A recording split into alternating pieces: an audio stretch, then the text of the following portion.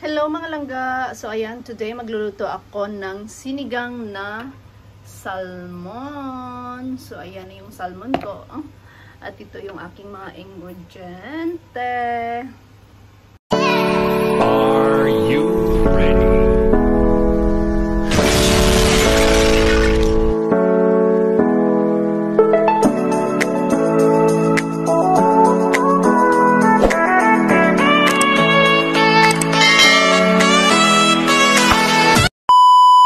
So ayan mga langga, papakuluan ko na yung sibuyas at kamatis.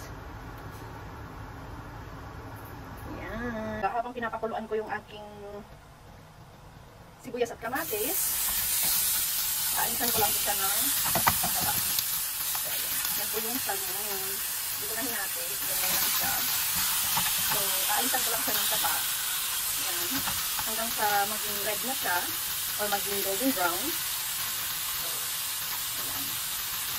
Binigyan ako ng salmon nung nakaraang araw. So, dahil marami siya, hinati ko siya into 4. Kasi ako lang naman ang kakain.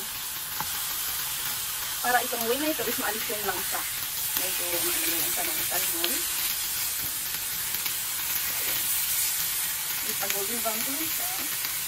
Ayan.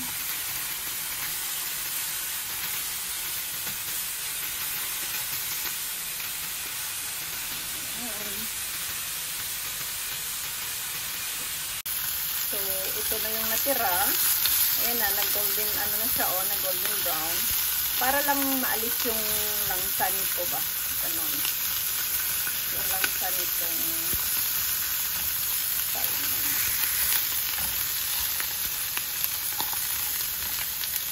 So, ayan na mga langga. Kumulo na yung aking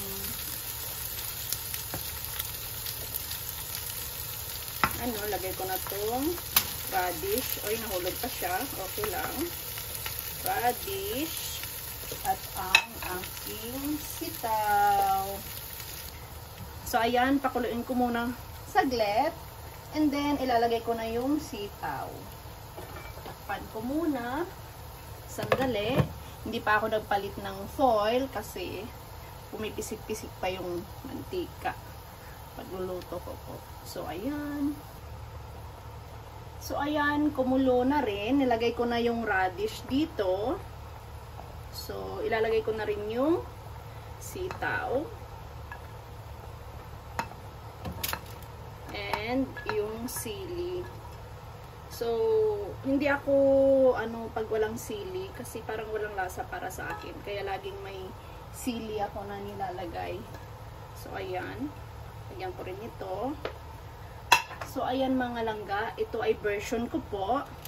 So, magkakaiba po tayo ng version ng pagluluto. So, hindi to version mo, hindi to version ng nanay mo, hindi to version ng lola mo, at mas lalong-lalong hindi to version ng mga sangong kapitbahay. This is my own version. O, diba? Charot lang.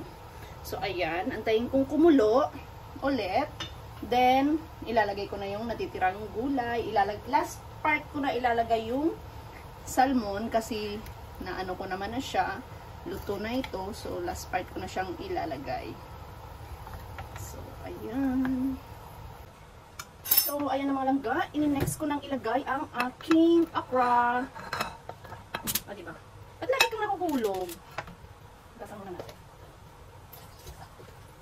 So, ayan. Pakulo. And then, ilalagay ko na rin yung aking pechay at ang salmon. Isasabay ko na siya.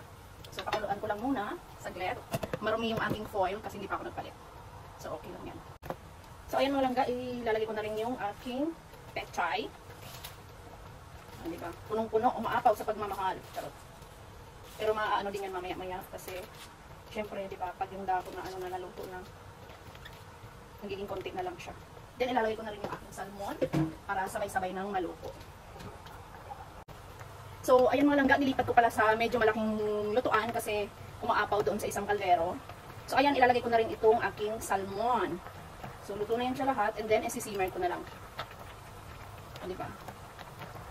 Mataba talaga yung salmon, no? So, ayan. Lagay ko na siya. And then, isi-simmer hanggang sa maluto na siya. At yan ang aking lunchy-lunchy. Pero kailangan natin tikman kung sakto ba yung lasa. So kahit na hindi na siya anuhin kasi naluto naman na siya. So konting simmer na lang tong salmon, good to go na. Di ba? So ayan, sa malaking kaldero ko siya niluto, o di ba? Nakakaano siya, nakakahinga ng maluwag kasi malaki. Charot lang. So ayan, takpan at we'll see. So ayan na mga langga, ang aking sinigang na salmon, ready to eat na yan. So ayan, sinimmer ko na, tapos na. And then, kakain na ako mamaya. It's my last day of my 3 days holiday. Dahil naman tayo, I'm here dito sa Kuwait. So bukas back to work na. December 19 ngayon. So back to work 20. Aba, ilang araw na lang, Christmas na. Oh my goodness. So ayan. So ayan na ang aking sinigang na salmon, mga langga. So ayan, kain tayo. Thank you Lord for this food. So ayan.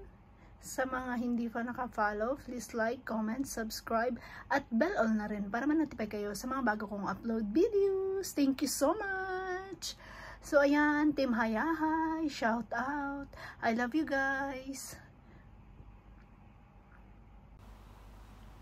So ito na yung aking siniganggang. Kain tayo mga langga.